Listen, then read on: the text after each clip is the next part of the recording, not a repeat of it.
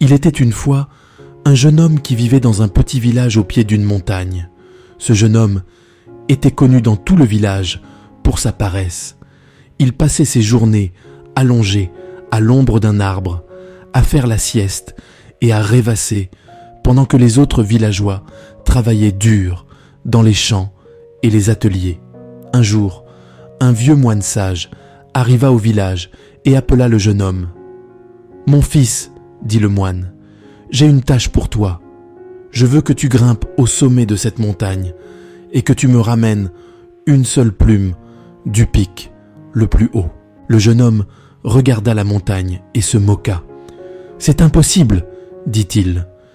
Je suis bien trop paresseux pour grimper jusque là-haut. » Le moine sourit et dit « Ah, mais vois-tu, la plume que je cherche n'est pas sur la montagne elle-même. Elle se trouve de l'autre côté de la montagne, dans une grotte qui ne peut être atteinte qu'en grimpant au sommet et en descendant de l'autre côté. » Intrigué, le jeune homme n'avait jamais entendu parler de cette plume, et la pensée d'une tâche si unique éveilla sa curiosité. Ainsi, il décida de relever le défi du moine. L'ascension fut longue et ardue, et le jeune homme se trouva rapidement à bout de souffle et couvert de sueur. Mais à mesure qu'il grimpait de plus en plus haut, il commença à ressentir un sentiment d'exaltation et d'excitation qu'il n'avait jamais connu auparavant. Lorsqu'il atteignit enfin le sommet, il était épuisé, mais euphorique.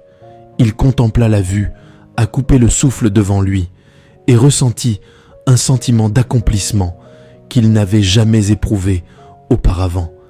Mais le véritable défi l'attendait encore. Le jeune homme devait descendre de l'autre côté de la montagne et trouver la grotte où la plume était censée se trouver. La descente s'avéra encore plus périlleuse que la montée, et le jeune homme trébucha et tomba de nombreuses fois. Mais il persévéra, poussé par la promesse de la plume qui l'attendait, et lorsqu'il atteignit enfin la grotte, il vit la plume là, brillant dans la lumière qui filtrait depuis l'entrée. Il ramassa la plume et admira sa beauté, mais il réalisa alors qu'il avait un problème. Comment allait-il remonter la montagne et retourner la plume au moine? Pour un moment, le jeune homme envisagea d'abandonner, mais il se souvint alors du sentiment d'accomplissement et de fierté qu'il avait ressenti lorsqu'il avait atteint le sommet.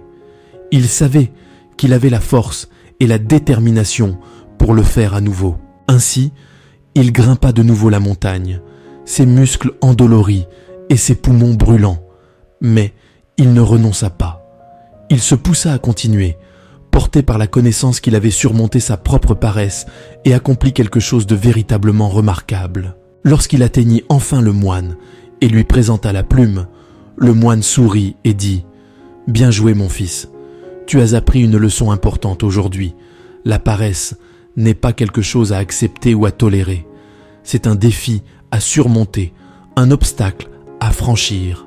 Lorsque nous nous poussons à atteindre nos objectifs, même lorsqu'ils semblent impossibles, nous découvrons en nous une force et une résilience que nous ignorions posséder. Pour surmonter la paresse, nous devons nous défier et fixer des objectifs ambitieux, peu importe leurs difficultés apparentes. Un autre aspect important pour surmonter la paresse est de cultiver un état d'esprit de croissance. Cela signifie voir les défis et les échecs comme des opportunités de croissance et d'apprentissage, plutôt que comme des raisons d'abandonner.